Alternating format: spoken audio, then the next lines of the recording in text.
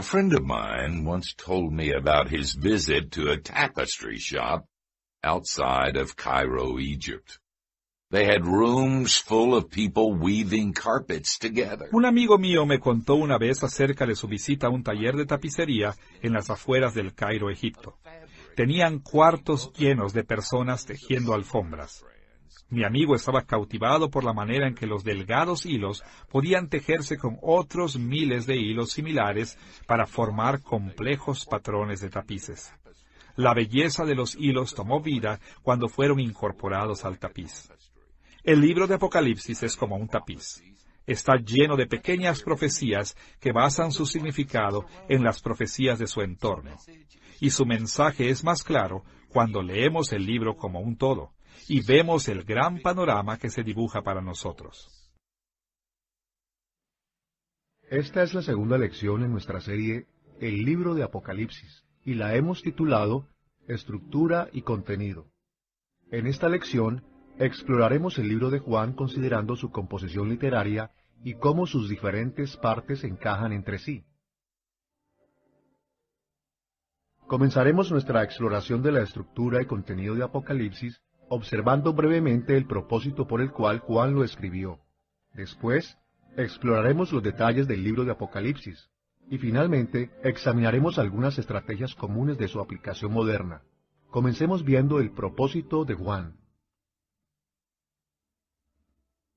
El propósito de Juan para escribir el libro de Apocalipsis era casi tan complejo como el libro mismo, así que no podemos explorar todos sus detalles en esta lección. Pero podemos resumir su propósito central de esta manera. Juan escribió el libro de Apocalipsis para animar a los cristianos que sufren a mantenerse fieles hasta que Jesús regrese. Como indicamos en nuestra primera lección en esta serie, los lectores de Juan fueron perseguidos experimentando numerosas tentaciones que comprometían su fe. Así que Juan escribió para asegurar a las iglesias en Éfeso, Esmirna, Pérgamo, Tiatira, Sardis, Filadelfia, Laodicea y al resto del mundo que Cristo conocía su sufrimiento y los veía a través de él. El libro de Apocalipsis garantizaba que Jesús estaba en control de su glorioso futuro y que recompensaría a todos sus fieles seguidores. En línea con este rol de profeta de Dios, el propósito de Juan fue expresado en dos mensajes complementarios de Jesús para las iglesias de Asia Menor. Primero, Juan entregó ofrecimientos de bendición para aquellos que fueron fieles a Jesús. Y segundo, transmitió amenazas de maldición contra todos los que fueron desleales. Veremos ambos tipos de mensajes, comenzando con los ofrecimientos de bendiciones. Escuchemos cómo estimuló Juan a la iglesia en Esmirna en Apocalipsis capítulo 2, versículos 9 y 10. Yo conozco tus obras, y tu tribulación, y tu pobreza, pero tú eres rico. No temas en nada lo que vas a padecer. He aquí, el diablo echará a algunos de vosotros en la cárcel, para que seáis probados y tendréis tribulación por 10 días. Sé fiel hasta la muerte, y yo te daré la corona de la vida. Lejos de prometerles protección del sufrimiento, Juan dijo que la iglesia de Esmirna iba a padecer. Pero al mismo tiempo, les aseguró que si se mantenían fieles a Cristo, Jesús les daría la corona de vida. Su sufrimiento y posible muerte sería solo temporal, pero sus bendiciones serían eternas. Este estímulo fue importante porque orientó a la audiencia original de Juan a las visiones que seguirían. Les enseñó a leer las visiones con la mirada puesta en las bendiciones que Jesús daría a sus fieles seguidores cuando Él regrese. Por ejemplo, Apocalipsis capítulo 20, versículo 4, habla de la bendición del reinar con Cristo. Escuchemos cómo Apocalipsis capítulo 21, versículos 3 y 4, describe las bendiciones finales que los creyentes recibirán. Y oí una gran voz del cielo que decía, He aquí el tabernáculo de Dios con los hombres, y Él morará con ellos, y ellos serán su pueblo, y Dios mismo estará con ellos como su Dios. Enjugará Dios toda lágrima de los ojos de ellos, y ya no habrá muerte, ni habrá más llanto, ni clamor, ni dolor, porque las primeras cosas pasaron. Esta visión del futuro debe haber motivado a los lectores de Juan a ser fieles a Dios, de manera que habrían de obtener estas maravillosas bendiciones. Además de ofrecer bendiciones a los fieles seguidores de Jesús, Juan también expresa su propósito en las amenazas de maldición que hace en contra de aquellos que son desleales a Cristo. Solo como un ejemplo, escuchemos la amenaza que hace Jesús contra la iglesia Laodicea en Apocalipsis capítulo 3, versículo 16. Pero por cuanto eres tibio y no frío ni caliente, te vomitaré de mi boca. Estas palabras exhortan firmemente a los lectores de Juan a arrepentirse de sus pecados y a vivir en vehemente sumisión a Jesús. La amenaza de ser vomitados de la boca de Cristo advierte claramente que la rebelión flagrante contra Jesús les llevaría a maldiciones divinas. Estos tipos de amenazas fueron incluidas para que la audiencia original de Juan pudiera leer las visiones que seguían con la conciencia de las maldiciones de Dios. Como autor, Juan remarcó estas maldiciones muchas veces para exhortar tanto a los falsos como a los verdaderos creyentes a arrepentirse de sus pecados. Por ejemplo, varias veces las visiones de Juan describen los castigos que caen sobre aquellos que adoran a la bestia. Estos idólatras son aplastados en el lagar de Dios en Apocalipsis capítulo 14. Son atormentados con enfermedades en el capítulo 16. Y son quemados en el lago de fuego en los capítulos 19 al 21. Estas visiones eran verdaderas amenazas en contra de los falsos creyentes en las iglesias de Asia Menor, pero también animaban a los verdaderos creyentes a evitar el tipo de comportamiento y actitud que conduce al juicio de Dios. Without a doubt, many details of the book of Revelation are hard to understand. But its main ideas... Sin lugar a duda, muchos detalles del libro de Apocalipsis son difíciles de entender, pero sus principales ideas se mantienen claras. El propósito de Juan era animar a sus lectores a ser fieles a Cristo, aun cuando estuvieran sufriendo. El ofrecimiento de las bendiciones de Dios debió animarlos a ser leales a Jesús y a ser activos en buenas obras. Y Él los amenazó con las maldiciones de Dios para dirigirlos al arrepentimiento. De una u otra forma, cada imagen, símbolo y escenario en Apocalipsis fomenta la fidelidad. Y si mantenemos este propósito en mente, nos ayudará a entender lo que el libro de Apocalipsis significó para los primeros cristianos y lo que significa para los lectores modernos también. Ahora que hemos explorado el propósito del libro de Apocalipsis, pongamos atención a sus detalles. El libro de Apocalipsis comienza con una pequeña introducción en el capítulo 1, versículos del 1 al 8. Siguiendo esto, el cuerpo de Apocalipsis consiste de 4 visiones centrales. Una visión de Cristo en el capítulo 1, versículo 9 al capítulo 3, versículo 22. Una visión acerca de los eventos por venir en el capítulo 4, versículo 1 al capítulo 16, versículo 21. Una visión que describe el castigo de la gran ramera en el capítulo 17, versículo 1 al capítulo 21, versículo 8. Y una visión de la novia, la esposa del Cordero, en Apocalipsis capítulo 21, versículo 9 al capítulo 22, versículo 5. Después de las 4 visiones centrales, el libro de Apocalipsis termina con una conclusión en el capítulo 22, versículos 6 al 21. Las 4 grandes visiones en el cuerpo de Apocalipsis son introducidas cada una con una frase. Juan estaba en el Espíritu. Juan consistentemente usó este lenguaje para marcar el inicio de una nueva división en el cuerpo principal de su libro. En Apocalipsis capítulo 1, versículo 10, Juan escribió: Yo estaba en el Espíritu en el día del Señor, y oí detrás de mí una gran voz como de trompeta.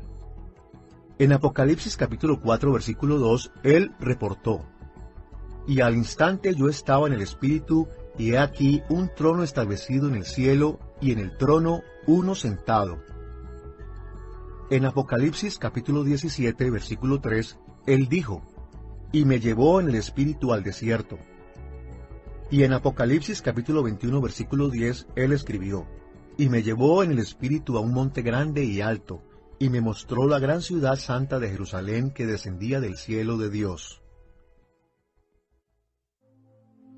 Exploraremos cada gran sección del libro de Apocalipsis, comenzando con la introducción en Apocalipsis capítulo 1, versículos 1 al 8. La introducción comienza con un prólogo en Apocalipsis capítulo 1, versículos 1 al 3, que hace hincapié en la autoridad divina del libro. Tiene su origen en Dios Padre, fue dada a Jesucristo y se dio a conocer a través de un ángel.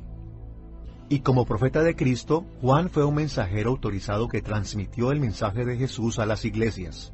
Los versículos 4 y 5 contienen un saludo en el cual Juan se identifica a sí mismo y a su audiencia. Específicamente les escribió a las 7 iglesias en la provincia romana de Asia, localizada en Asia Menor.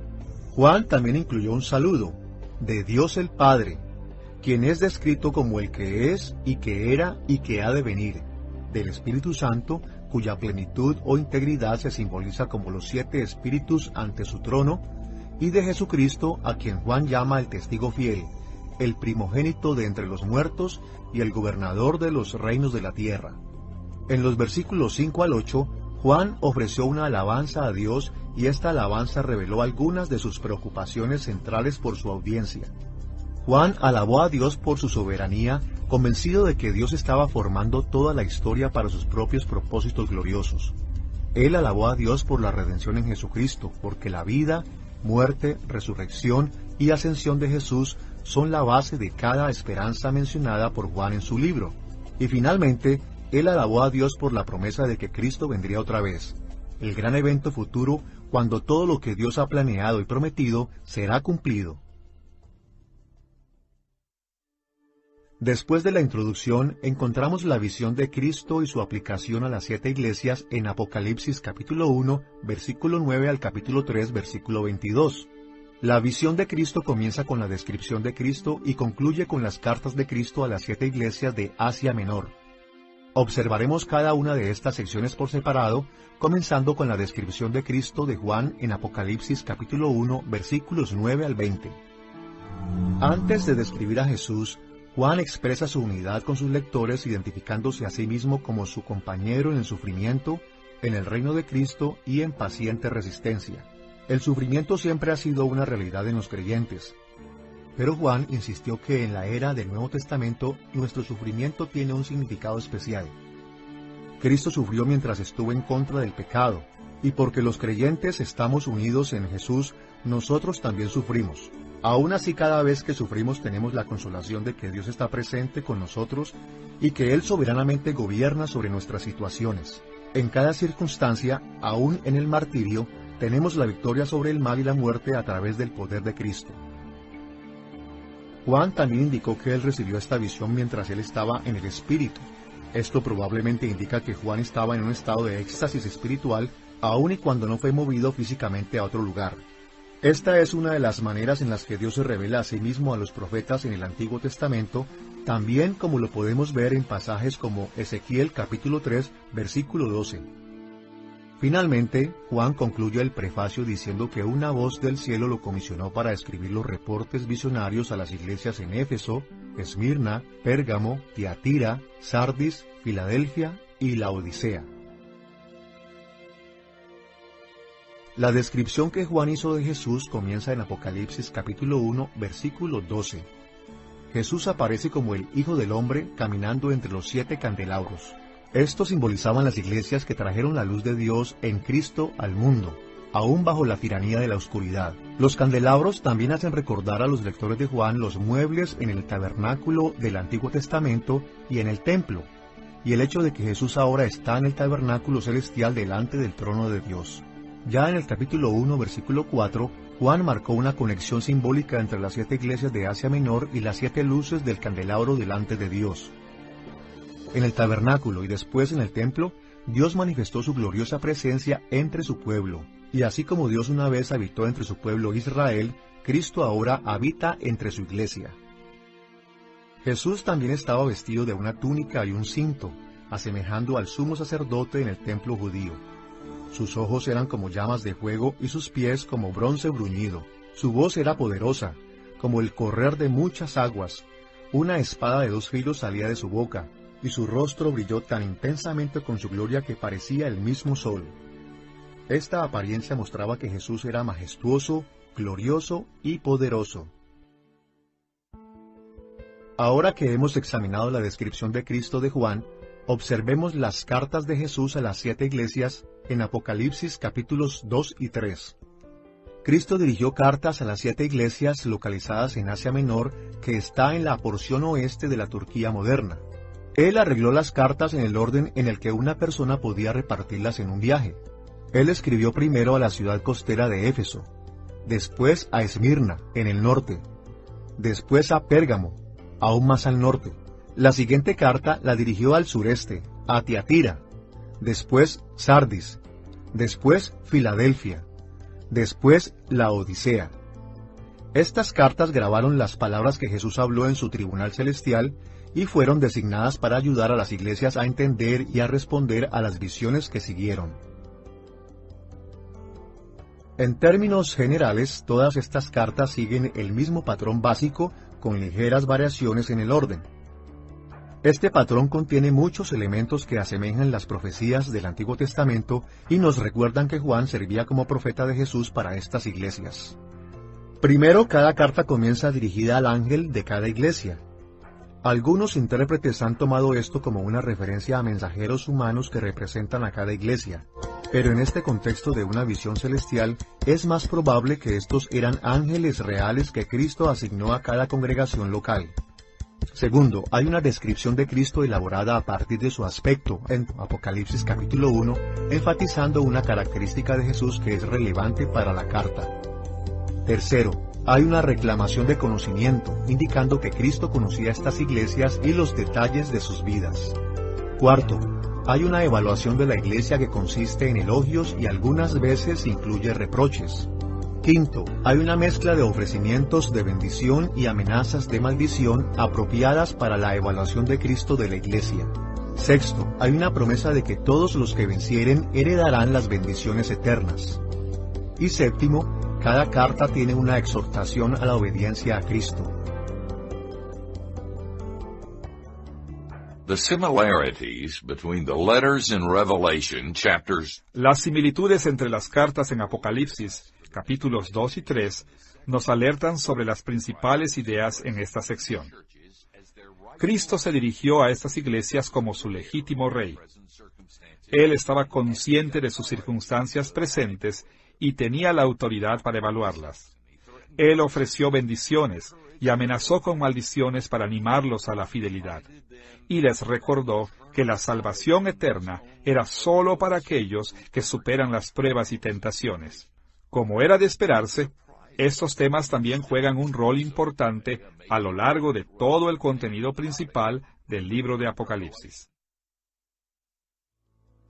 Observaremos brevemente cada una de estas cartas, comenzando con la carta a Éfeso en Apocalipsis capítulo 2, versículos 1 al 7. En esta carta, Juan introduce a Jesús como el que sostiene las 7 estrellas en su mano derecha mientras camina entre los 7 candeleros de oro.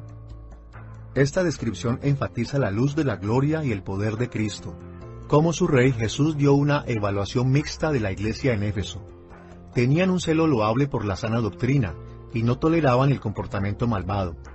Dice específicamente que odiaban las prácticas de los Nicolaitas, un grupo herético que tenía una mezcla de fe cristiana con erotismo pagano. Pero la iglesia de Éfeso también recibió una fuerte crítica. En Apocalipsis capítulo 2, versículo 4, Jesús les dijo que ellos habían abandonado su primer amor, habían perdido su entusiasmo y celo por Cristo y su reino. Por lo tanto, Cristo les advierte que si ellos no se arrepienten y regresan a su entusiasmo anterior, Él quitaría su candelabro, su símbolo de honor en el cielo. Dicho en otras palabras, ellos serían disciplinados. La carta a la iglesia de Esmirna aparece en Apocalipsis capítulo 2, versículos 8 al 11. Esta comienza con una descripción de Jesús como el primero y el último, quien murió y volvió a la vida otra vez. Esta descripción identifica a Jesús como quien ha creado todas las cosas y como el punto central del destino final de la creación. Esta es una de las dos cartas que no incluyen un reproche por haber actuado mal. Se enfoca totalmente en la simpatía y comprensión de la iglesia en Esmirna, quien ha sufrido seria persecución, probablemente de judíos incrédulos. A pesar de los problemas de los judíos en Esmirna creados por la iglesia, Jesús exhortó a sus seguidores a ser fieles, y los animó a confiar en Él porque había vencido a la muerte. A continuación, Cristo se dirigió a la iglesia en Pérgamo, en Apocalipsis capítulo 2, versículos 12 al 17. En esta carta, Juan introdujo a Cristo como el que tiene una aguda espada de dos filos. Las palabras de Jesús son de gran nitidez, capaces de juzgar entre lo correcto y lo incorrecto. Y esto era directamente relevante porque su evaluación de la iglesia era tanto positiva como negativa. Escuchemos lo que Jesús dijo en Apocalipsis capítulo 2, versículos 13 y 14. No has negado mi fe, ni aun en los días en que Antipas, mi testigo fiel, fue muerto entre vosotros, donde mora Satanás. Pero tengo unas pocas cosas contra ti. Jesús siguió su elogio con una reprensión. La iglesia había fallado al rechazar a los nicolaítas, así como las enseñanzas que fueron asociadas con Balaam. Estos falsos maestros llevaron a muchos a la juerga pagana y a la inmoralidad. Y Cristo advirtió que disciplinaría a la iglesia si ellos no se arrepentían. La carta a la iglesia de Tiatira aparece en Apocalipsis capítulo 2, versículos 18 al 29. Aquí, Juan describe a Jesús como un fuego purificador, con ojos como llamas de fuego y pies como bronce bruñido. Esta descripción se relaciona directamente con el contenido de la carta, porque la iglesia de Tiatira necesitaba ser refinada y purificada. En Apocalipsis capítulo 2, versículos 19 y 20, Jesús dijo lo siguiente: Yo conozco tus obras, y amor, y fe, y servicio, y tu paciencia, y que tus obras postreras son más que las primeras. Pero tengo unas pocas cosas contra ti, que toleras que esa mujer Jezabel, que se dice profetiza, enseñe y seduzca a mis siervos. A diferencia de la iglesia de Éfeso, los de Tiatira no habían perdido su primer amor por Cristo. En cambio, su amor había aumentado. Pero ellos toleraron las falsas enseñanzas de una mujer en particular, a quien Jesús despectivamente llama Jezabel. Al igual que la infame reina Jezabel que aparece en Primera y Segunda de Reyes, esta mujer sedujo al pueblo en inmoralidad sexual e idolatría, dos prácticas estrechamente relacionadas entre los paganos en Asia Menor. Jesús advirtió a esta iglesia a abandonar estas falsas enseñanzas y a mantenerse fieles a Él. Después está la carta para la iglesia de Sardis en Apocalipsis capítulo 3, versículos 1 al 6. Aquí, Juan alude a las 7 manifestaciones del Espíritu y a las 7 estrellas que están en la mano de Jesús para recordar a la iglesia en Sardis que Jesús tiene todo el poder y autoridad. Juan dirigió la atención a la autoridad de Jesús porque su evaluación de esta iglesia fue muy severa. Como leemos en Apocalipsis capítulo 3, versículos 1 al 3. Yo conozco tus obras, que tienes nombre de que vives y estás muerto. Sé vigilante, y afirma las otras cosas que están para morir, porque no he hallado tus obras perfectas delante de Dios. Pues si no velas, vendré sobre ti como ladrón. La ciudad de Sardis tenía la reputación de ser una gran fortaleza, pero en sus 2 ocasiones había sido capturada por sorpresa. Y Jesús les advierte que Él hará algo similar a la iglesia en Sardis si ellos fallan en su arrepentimiento. Él vendrá como un ladrón, atacándolos por sorpresa. Pero para aquellos que se mantengan fieles a Él, Cristo prometió pureza, vindicación y recompensa. La carta de Jesús a la iglesia en Filadelfia aparece en Apocalipsis capítulo 3, versículos 7 al 13.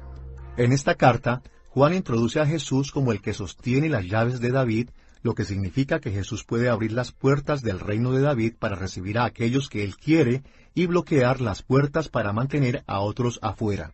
Las palabras de Jesús para la iglesia fueron positivas, pero también incluyen implícitamente una advertencia. En Apocalipsis capítulo 3, versículo 8, les dio esta seguridad. He aquí, he puesto delante de ti una puerta abierta, la cual nadie puede cerrar. porque aunque tienes poca fuerza, has guardado mi palabra y no has negado mi nombre. Cristo había puesto delante de esta iglesia una puerta abierta, dándoles una oportunidad sin obstáculos para crecer y desarrollarse espiritualmente. Si ellos aprovechaban esta puerta abierta, Cristo haría que sus enemigos se postraran ante sus pies y los creyentes de Filadelfia heredarían la Nueva Jerusalén. Y el nombre de Dios sería escrito en ellos, significando que ellos serían de Él por siempre. Pero de manera implícita, si no aprovechaban esta oportunidad, no recibirían estas bendiciones. A continuación encontramos la carta de Jesús a la iglesia en la Odisea, en Apocalipsis capítulo 3, versículos 14 al 22. En esta carta, Juan describió a Jesús como aquel que sus palabras son el último amén. Esto es, Jesús es la máxima autoridad digna de confianza. Juan también describió a Jesús como el testigo fiel y verdadero y el gobernante de la creación de Dios. Esta descripción fue diseñada para hacer que los creyentes de la Odisea pusieran atención, porque su evaluación sería muy negativa. Escuchemos lo que dijo Jesús en Apocalipsis capítulo 3, versículos 15 y 16. Yo conozco tus obras, que ni eres frío ni caliente. Ojalá fueses frío o caliente, pero por cuanto eres tibio y no frío ni caliente, te vomitaré de mi boca. La Odisea era una ciudad rica situada entre las ciudades de Colosas e Hierápolis. Ambas ciudades, Colosas e Hierápolis, eran bien conocidas por tener suministros especiales de agua. Colosas tenía aguas frías que provenían de manantiales de las montañas. Hierápolis tenía manantiales calientes. Se pensaba que estos dos tipos de aguas tenían poderes sanadores. Pero el agua de la Odisea era tibia, sin ningún poder sanador. Jesús aprovechó estas realidades físicas para describir un punto espiritual. La iglesia de la Odisea era rica, pero su riqueza había alejado su fortaleza espiritual. Esta iglesia necesitaba arrepentirse o Jesús los rechazaría. Ahora que hemos explorado la visión de Cristo, vayamos a la visión de Juan de los eventos por venir, registrados en Apocalipsis capítulo 4, versículo 1, al capítulo 16, versículo 21. De acuerdo a Apocalipsis capítulo 4, versículos 1 y 2, esta visión toma lugar en el trono celestial, y revela los eventos por venir y que son futuros a los tiempos de Juan. Esta se dirige a todas las iglesias juntas y primordialmente se centra en el futuro como una gran lucha entre las fuerzas del bien y del mal. Esta visión fue designada para animar a la audiencia original de Juan a mantenerse fieles a través de esta batalla en contra del pecado y de Satanás, porque la futura victoria de Dios estaba segura. La primera cosa que debemos notar acerca de la visión de Juan de los eventos por venir es que ésta consiste de 4 series de pequeñas visiones. Los 7 sellos, las 7 trompetas, las 7 historias y las 7 copas. Algunos intérpretes creen que estas series deben leerse cronológicamente como si ellas proyectaran estados consecutivos de la historia. Pero Juan nunca indicó que este fuera el caso. Por un lado, los marcadores temporales que vinculan estas series juntas, frases como «después de esto», se refieren al orden en el que él las mostró, no al orden de los eventos revelados en las visiones. Por otro lado, parece que hay un número de eventos históricos únicos en estas visiones que son mencionados en una o más series. Por esta razón, en nuestra lección adoptaremos una perspectiva interpretativa que a veces es llamada recapitulación. Generalmente, la recapitulación ocurre cuando un pasaje posterior reitera o repite un pasaje anterior. En el libro de Apocalipsis, este término se refiere específicamente a la idea de que cada serie de visiones describe todo el periodo de tiempo entre la primera y la segunda venida de Cristo, pero con sus propios detalles y énfasis distintivos. Recapitulación es en realidad una profecía bíblica muy común. Los profetas del Antiguo Testamento frecuentemente usaban esta técnica, describiendo las mismas series de eventos en diferentes pasajes. Algunas veces la recapitulación usaba imágenes similares, como en Jeremías capítulo 30 y 31, donde Jeremías profetizó acerca de la restauración de Israel. En otros momentos, la recapitulación usó diferentes imágenes para describir los mismos eventos, como en Isaías capítulos 9 al 11, donde Isaías habló acerca de la venida del Mesías. Vemos las mismas cosas en los juicios que Dios trajo contra Israel en Oseas capítulos 9 al 14. Hay también muchos más ejemplos, así que cuando Juan usó esta técnica en el libro de Apocalipsis, él estaba usando una muy conocida estrategia bíblica tradicional para transmitir su mensaje. Hay una serie de pistas en las mismas visiones que sugieren fuertemente que Juan estaba describiendo la misma secuencia de eventos desde diferentes perspectivas. Por ejemplo, las visiones de Juan se refieren a los que podríamos llamar el juicio final de tres maneras diferentes. En Apocalipsis capítulo 6, versículos 12 al 17, que forma parte de la visión de los 7 sellos, el sol se puso negro, la luna se volvió como sangre, las estrellas cayeron sobre la tierra y cada persona en la tierra se escondía del juicio de Dios. En Apocalipsis capítulo 11, versículo 15, que forma parte de la visión de las 7 trompetas, grandes voces decían: Los reinos del mundo han venido a ser de nuestro Señor y de su Cristo, y Él reinará por los siglos de los siglos. En Apocalipsis capítulo 15, versículo 1, que forma parte de la visión de las 7 copas, se nos dice que cuando las 7 copas son derramadas, la ira de Dios terminará. Cada uno de estos pasajes describen eventos que están asociados con el regreso de Cristo y el juicio final de Dios sobre la tierra. Pero cada serie de visiones también incluye otros detalles que parecen preceder al juicio final.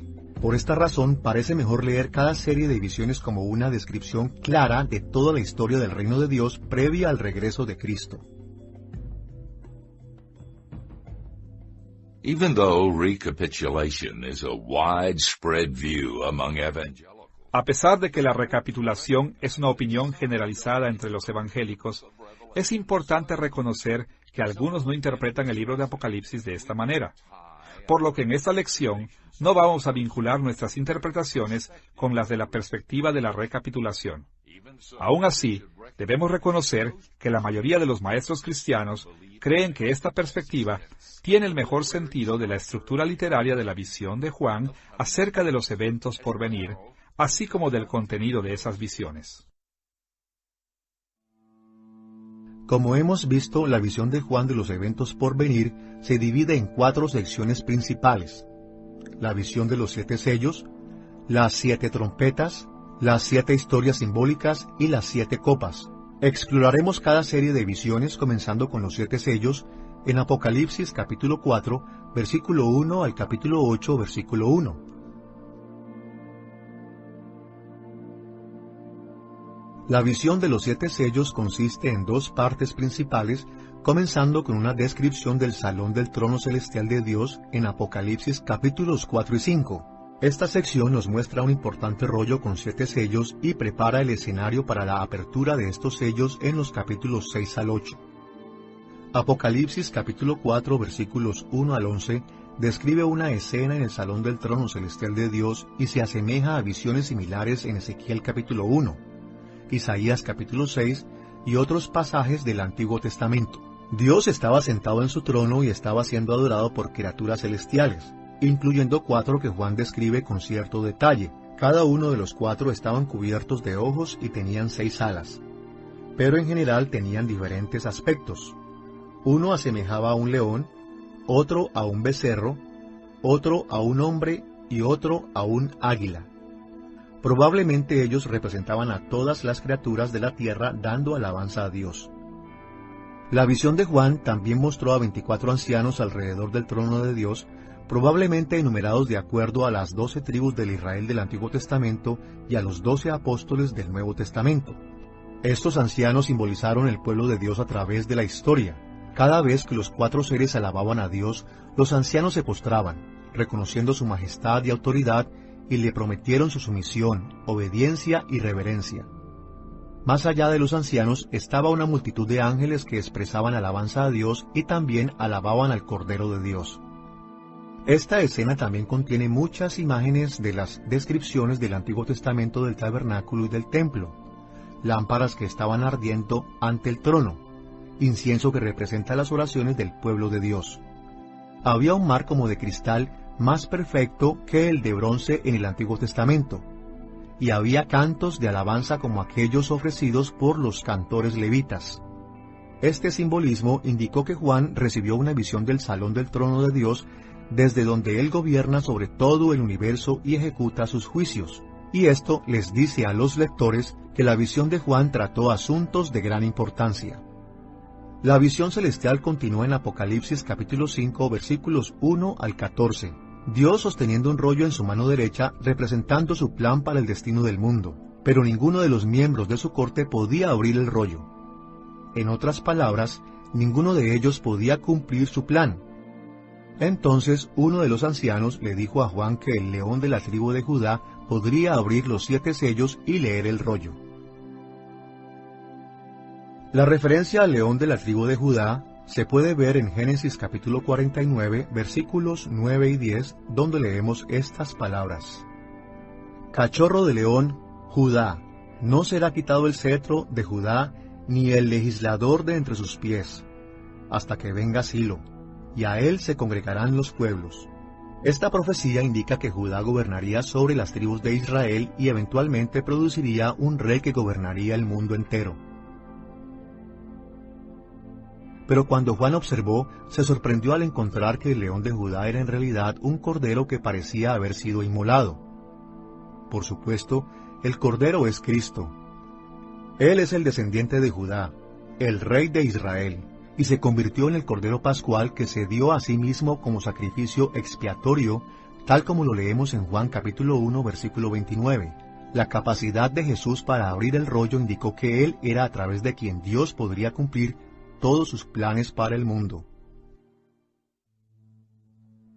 La segunda parte de la visión de los 7 sellos es la apertura de los sellos mismos en Apocalipsis capítulo 6, versículo 1 al capítulo 8, versículo 1. Este presenta la apertura de 6 sellos, seguido de un interludio, y después la apertura del 7º sello. Los primeros 4 sellos publican los ya bien conocidos 4 jinetes del Apocalipsis que trajeron calamidades sobre el mundo. La imagen de los 4 jinetes viene de Zacarías capítulo 6, donde se dice que los caballos de diferentes colores son 4 espíritus del cielo. Cuando el primer sello es abierto, un jinete en un caballo blanco conquista a las naciones.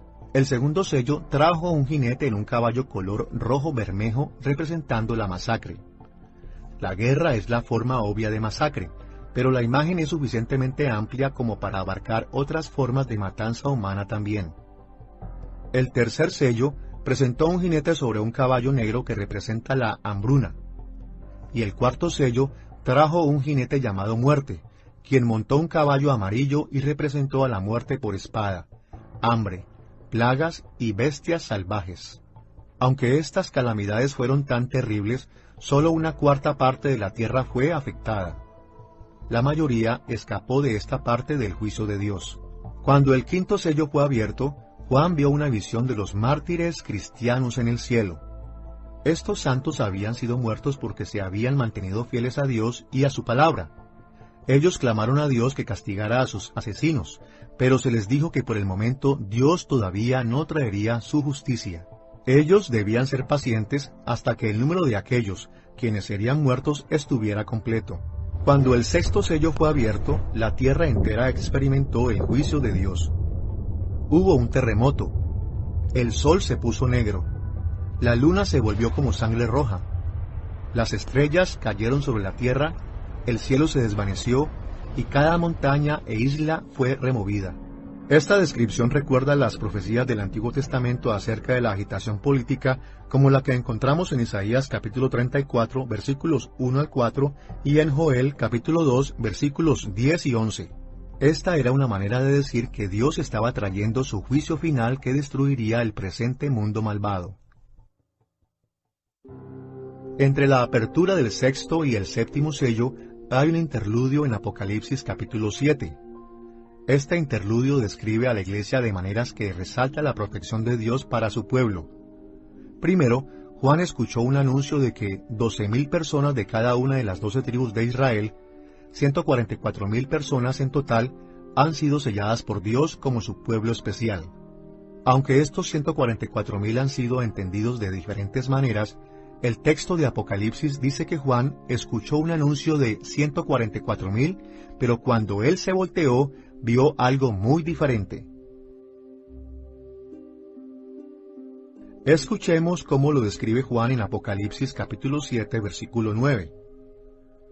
Después de esto miré, y he aquí una gran multitud, la cual nadie podía contar, de todas naciones y tribus y pueblos y lenguas, que estaban delante del trono y en la presencia del Cordero.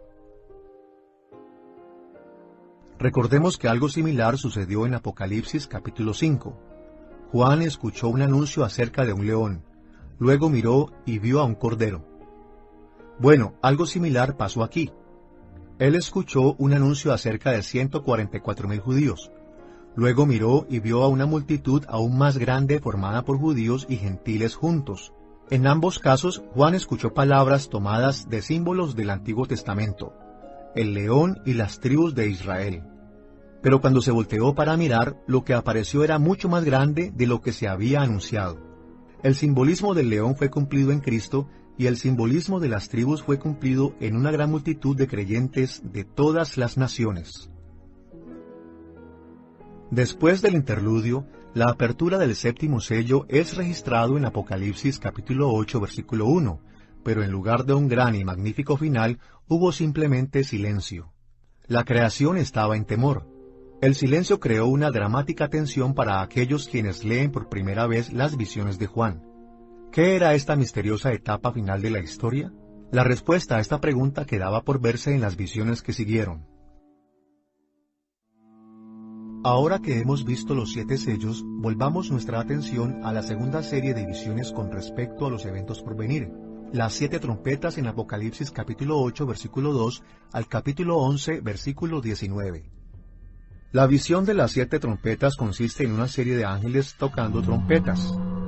Cada vez que una trompeta suena, otro juicio cae sobre la tierra. Es importante señalar que la visión de las 7 trompetas está estructurada de una manera similar a la visión de los 7 sellos. La visión presenta 6 trompetas seguidas por un interludio y entonces una séptima trompeta. Estas trompetas nos recuerdan a las trompetas de los pasajes proféticos en el Antiguo Testamento, tales como Oseas capítulo 5, versículo 8, Joel capítulo 2, versículo 1, Amós capítulo 2, versículo 2, y Zacarías capítulo 9, versículo 14. Estas son trompetas que suenan cuando Dios viene con su ejército angelical, llamando a las huestes celestiales a la guerra contra los enemigos de Dios. Los primeros 4 toques de trompetas en Apocalipsis capítulo 8, versículos 2 al 13, señalan juicios a través del ejército angelical sobre las 4 principales regiones de la creación. Cuando la primera trompeta sonó, granizo y fuego mezclados con sangre fueron lanzados en tierra firme. La segunda trompeta sonó y algo como una gran montaña fue lanzada en el mar. La tercera trompeta sonó y una estrella ardiente fue arrojada en las fuentes de agua dulce, haciéndolas amargas e imbebibles. Y con el sonido de la cuarta trompeta, el cielo fue dañado y una tercera parte del día y de la noche estuvieron sin luz. Pero aunque estos juicios fueron muy malos, solo una tercera parte de cada región fue destruida. Al final de esta sección, sin embargo, un águila advirtió que juicios aún peores estaban por venir. El sonido de la quinta trompeta está registrado en Apocalipsis capítulo 9, versículos 1 al 12. Se puso en marcha un ejército de langostas. Juan describe estas langostas como caballos preparados para la batalla, que tenían coronas de oro, caras de humanos, cabellos de mujer, dientes de león y colas de escorpión. Pero su poder estaba limitado. Solo podían causar estragos en la tierra por 5 meses, y solo se les permitía atacar a los malvados. El sonido de la sexta trompeta está registrado en Apocalipsis capítulo 9, versículos 13 al 21. Esta desató a los 4 ángeles del río Éufrates, quienes procedieron a destruir a la tercera parte de la humanidad. Esta sexta trompeta fue seguida por un interludio de 2 partes en Apocalipsis capítulo 10, versículo 1 al capítulo 11, versículo 14. En un escenario que se asemejaba a la revelación del juicio de Dios a Ezequiel, en Ezequiel capítulo 2, versículo 9 al capítulo 3, versículo 9, Juan recibió un pequeño libro que contenía mensajes proféticos y se le dijo que lo comiera. El rollo sabía dulce como la miel, probablemente representando las buenas nuevas de que los planes de Dios para el mundo serían consumados sin demora. Pero el rollo también le volvió el estómago amargo. probablemente indicando el sufrimiento que acompañaría a la consumación de los planes de Dios. Esta segunda parte del interludio registra la visión de Juan de dos testigos quienes murieron por causa del Evangelio. Ellos realizaron milagros, llamaron a la gente al arrepentimiento y advirtieron del juicio venidero, pero luego fueron asesinados por los enemigos de Dios. John's vision of the two witnesses highlighted the most fundamental conflict in history, the conflict between Jesus Christ and his enemies. La visión de Juan de los dos testigos remarcó el conflicto más fundamental en la historia, el conflicto entre Jesucristo y sus enemigos. Los dos testigos eran sumamente poderosos, pero sus oponentes eran extremadamente hostiles y mataron a los testigos. Este rígido contraste remarca la realidad de que no hay término medio en el conflicto entre Jesús y sus enemigos. Cada ser humano está con Jesús o contra Jesús. Después del interludio, el séptimo ángel sonó la séptima trompeta en Apocalipsis capítulo 11, versículos 15 al 19, cerrando esta sesión de visiones. Apocalipsis capítulo 11, versículo 15, registra esta proclamación en el cielo al sonido de la séptima trompeta. Los reinos del mundo han venido a ser de nuestro Señor y de su Cristo, y Él reinará por los siglos de los siglos. La séptima trompeta introduce la adoración que tomará lugar en el salón del trono de Dios, cuando su victoria sobre todos los reinos de la tierra es segura, y cuando Él ejecute su juicio final sobre toda la creación. Cristo regresará a renovar la tierra. Su gloria será completamente revelada, y el reino de Dios se manifestará plenamente a lo largo de toda la creación. La tercera serie de visiones que se ocupa de los eventos por venir son las 7 historias simbólicas en Apocalipsis capítulo 12, versículo 1 al capítulo 14, versículo 20. Estructuralmente, la visión de las 7 historias simbólicas refleja las visiones de los sellos y las trompetas. Las primeras 6 historias están agrupadas juntas, seguidas por un interludio y luego la séptima historia simbólica. Pero mientras la visión de los sellos y las trompetas se enfocan en los juicios divinos, las 7 historias proyectan un conflicto espiritual entre Satanás y el pueblo de Dios. Las historias en estas series giran en torno a personajes simbólicos claves: la mujer, el dragón, la bestia del mar, la bestia de la tierra, los 144,000 creyentes, los mensajeros angelicales y el Hijo del Hombre. El primer personaje simbólico es una mujer embarazada vestida con el sol. Su historia se encuentra en Apocalipsis capítulo 12, versículos 1 al 17, y se asemeja al nacimiento de Jesús y el intento de Herodes por matarlo. La mujer, quien representa al Israel fiel, da a luz al Mesías, Jesucristo. Su hijo fue llevado al cielo, lo que puede referirse a la resurrección y ascensión de Cristo al cielo. Pero la mujer se quedó en la tierra y fue perseguida por el gran dragón. Dios la protegió y el dragón no pudo vencerla, pero ella siguió sufriendo por causa del conflicto. Esta historia simbólica representa el hecho de que Jesús descendió del pueblo fiel de Dios y que los verdaderos creyentes continúan sufriendo por causa de Satanás y su reino. La audiencia original de Juan entendía que este conflicto era la raíz de sus problemas y sentirían aliento de la protección y el cuidado de Dios por la mujer. Al mismo tiempo, ellos entendieron su necesidad de perseverar, ya que la lucha no terminaría pronto. La siguiente historia simbólica gira alrededor de un enorme dragón rojo y aparece en Apocalipsis capítulo 12, versículos 3 al 17. Esta historia es presentada simultáneamente con la historia de la mujer, pero se identifica en Apocalipsis capítulo 12, versículo 3, como una señal separada. El dragón es descrito como enorme y rojo, con 7 cabezas y 10 cuernos, y 7 coronas sobre sus cabezas. Y en el versículo 9 es identificado como Satanás mismo. En la visión de Juan, la cola del dragón arrastró una tercera parte de las estrellas del cielo y las arrojó sobre la tierra.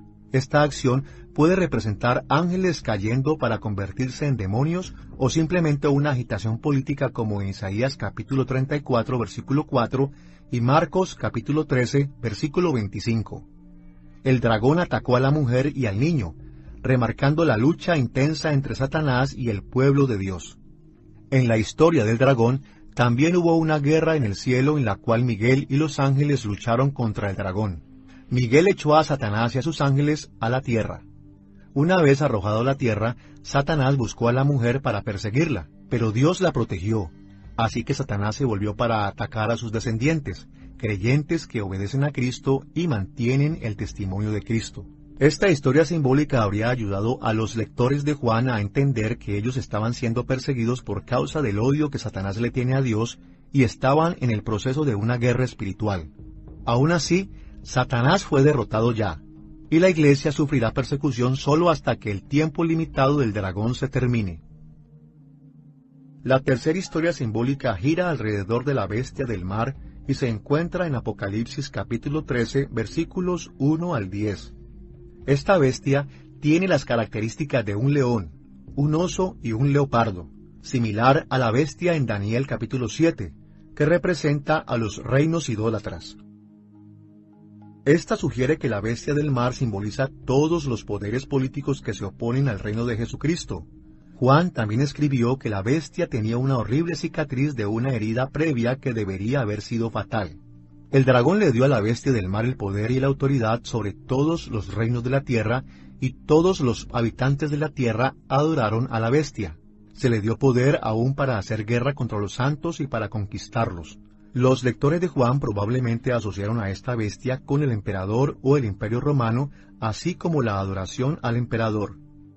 Ellos debieron haber visto la necesidad de resistir a la bestia y de mantenerse fieles a Cristo. La cuarta historia simbólica se centra en una segunda bestia, una que surge de la tierra. Esta historia se encuentra en Apocalipsis capítulo 13, versículos 11 al 18. La bestia de la tierra tiene 2 cuernos como los de un carnero, pero habla como un dragón. Esta sirvió a la bestia del mar y realizó señales milagrosas para hacer que el mundo adorara a la otra bestia. También forzó a la gente a recibir el sello de la bestia en su mano derecha o en su frente. Juntas, ambas bestias intentaron conquistar el mundo entero. Es probable que los lectores de Juan hayan conectado esta bestia con el culto cívico romano que obligó a adorar al emperador, amenazando con matar a aquellos que rechazaran adorar al emperador. Como la historia de la bestia del mar, éste les habría exhortado a resistir la idolatría y a ser fieles a Jesús. La quinta historia simbólica trata de los 144,000 creyentes que pertenecen a Dios y aparece en Apocalipsis capítulo 14, versículos 1 al 5. Basados en el hecho de que el nombre de Dios estaba sellado en sus frentes, ellos parecen ser el mismo grupo mencionado en Apocalipsis capítulo 7, versículos 1 al 8.